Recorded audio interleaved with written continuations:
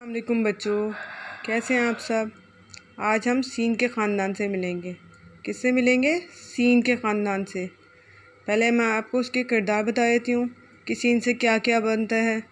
Scene साग, सीन साग, सीन सूरज, सीन सूरज, सीन सेब, सीन सेब, सीन समंदर, सीन समंदर, सीन साइकिल, सीन साइकिल, सीन सांप, सीन सांप, सीन स्कूल, सीन स्कूल, सीन सुराख, सीन सुराख, सीन सूप, सीन सूप। बच्चों ये सब तो थे इसके किरदार। क्या थे? ये सब थे इसके किरदार। अब हम इसकी कहानी पढ़ेंगे, ठीक है। अब हम इसकी कहानी पढ़ते हैं।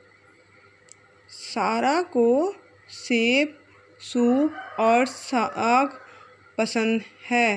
सारा को सेब, सूप और साग पसंद है। सांप सुराख में घुस गया।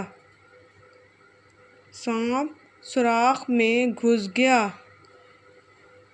सारा ने समंदर के किनारे साइकिल चलाई।